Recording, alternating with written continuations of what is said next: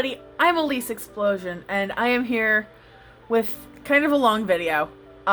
So the wonderful, incredible Marna over at Dolls Rescued sent me an email before the holidays asking if I would be interested in joining in a collaboration with her and several other YouTubers who will be linked in the description to make a very simple piece of doll clothing for our Blythes.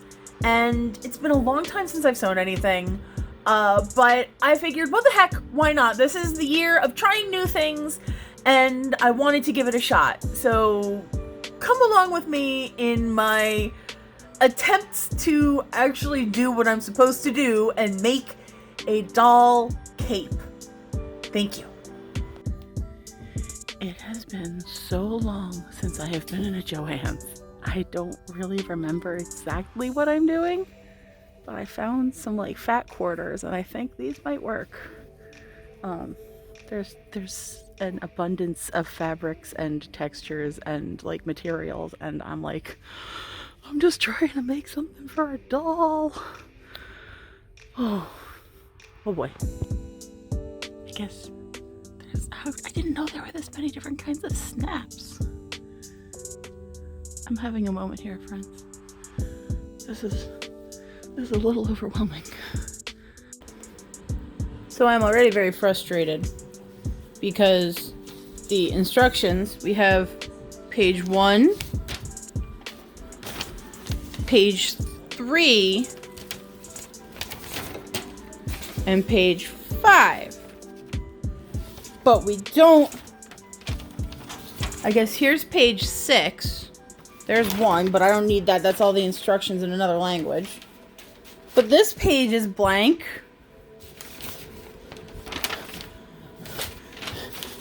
And this page is blank. And half of my instructions are on the pages that are blank. So I'm gonna be winging it a lot. So the first thing I did was cut out the pattern from the large sheet of butcher paper, and it felt like I was doing it right. So then I just started to pin everything down. Unfortunately, I realized, and we will discuss this later, that I don't really know how to read patterns. So I thought I was doing everything correctly by putting it on the seam, blah, blah, blah. But it turned out that I did not cut enough fabric for most of these pieces. These specifically, the 15 front pieces, I should have cut 2 of them, not one single one. And I also, in my infinite wisdom, did not cut along the actual pattern of the fabric, which is also just a real genius move. But that's okay. This is my first time using a pattern of both this scale and a pattern, for the first time in probably like 10 years almost at this point. I also should have doubled the collar. Didn't realize that, but that's okay. So what I ended up buying at Joann's was I bought the fabric, I bought some fray check, I bought needles because at this point in time I assumed I was going to be hand sewing everything because I didn't want to get my sewing machine out since, again, I hadn't used it in 10 years. And some like fasteners. I bought some snaps. Oh, here I go cutting out the other piece of the pattern. This is, again, and I did the exact same thing. I didn't match it up with the grain. Oh, and I put this one on backwards because I thought, oh, this one's the liner. Yeah, that, I don't know. The only thing I didn't really buy were these straight pins because I already had these. I guess that was like a good solid purchase that I had made several years ago. And I don't have fabric scissors, so these are just like my regular scissors. But these worked pretty good. I didn't really have much issue with the cutouts on this one, and there I go cutting out the last piece of the fabric pattern, and then I'm gonna probably, finish cutting that, and then I'm gonna pin it to the fabric, which I haven't gotten to yet because, oh my gosh, it takes me forever to cut things out. I'm not good at geometry, so patterns are a massive struggle for me. But that's okay. This is the 30th, and you'll see the next time I pick this back up. This is also at like 500% speed. 1 week later. So it's been like a week, and I haven't touched it. I realized that I struggle immensely with geometry, and most of pattern construction is in fact geometry. So I decided to call in the reinforcements, and I decided to ask my sister for help because she is very good at shapes and spatial reasoning, whereas I am just good at algebra. So we're gonna try to set it up on her sewing machine and see if we can get it to work. So cross your fingers, everybody. This should not be as difficult, but I'm just not great at it. So thanks.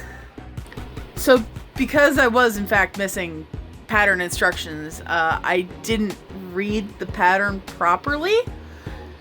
But luckily Karyn can do that just a little bit better than me. So she did that. Oh, there's a fuzzy on it. It's okay. That'll come off in the wash. So we have the fuzzy. We're not washing that. What are we gonna wash that with? So we cut the pattern properly, but then we also realized that we don't have an iron because I don't sew, and I also don't wear clothing that needs to be ironed because I'm a millennial. So then we decided to use the flat iron for the hair as our iron. So this is gonna be a grand experiment, but we're gonna make it happen because I believe in myself, but more so I believe in my sister, but she believes in me. So matchy pattern. Ooh. So it started out, we got Karyn, and she is doing a demo run for me because I am like in panic mode right now. But it turns out that the thread was not working, so we had to fix it. And that's fine. So she back stitches, and then now it's my turn. And this is also sped up 500%, and I am having a bitch of a time with the pedal.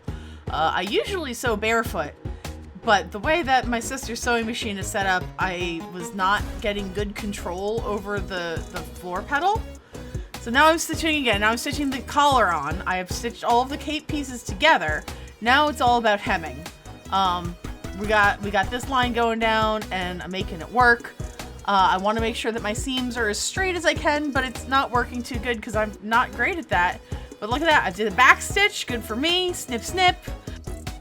So when I was done with the stitching, I decided to go around the hem and fray check because I didn't really want to put a liner in it and wanted it to stay safe.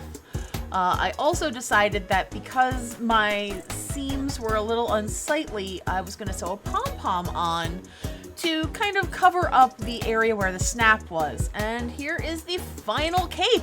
It's not perfect. There are a couple of stains on it. I didn't get the stuff right in the back, but here it is on a Barbie, and I think it turned out a lot better than I expected. Yay! And there she is. There is Miss Mint with her lovely new cape. I sewed on a little pom-pom to kind of cover where the snap closure was. And I like how it turned out. I didn't do a lining because I don't trust myself. So I just fray checked the bottom and we kind of snapped that. For my first attempt at sewing for this scale, I'm pretty pleased with myself. So let me rotate her around. This stand is not great for her. She kind of wiggles a lot on it, and it did unfortunately get a little stained. I'm not quite sure how it got stained in the whoop, let me just put her back. See? But I will also get her out of her little Christmas skirt at some point, but she does not have an outfit that matches her cape now. So, yeah, there she is. So that has been my adventure in sewing this cape. Everybody, thank you so much for your patience. Everybody who has joined in on this collaboration, I will be linking their channels in the description. So please check theirs out. You can also find them via, I believe it's #BlytheCape. But thank you to Marna for organizing this and for challenging me to do something that I'd never done before. And I don't feel super confident just yet, but I think that with practice, with time, Maybe I'll do some 18-inch scale stuff first. It's a little bit bigger. Might give me a little bit more to work with than these very, very teeny seam allowances. But I feel invigorated, and I plan on doing some more things that I've never tried before in the new year. So check it out, everybody. Thank you so much for your patience, for your time.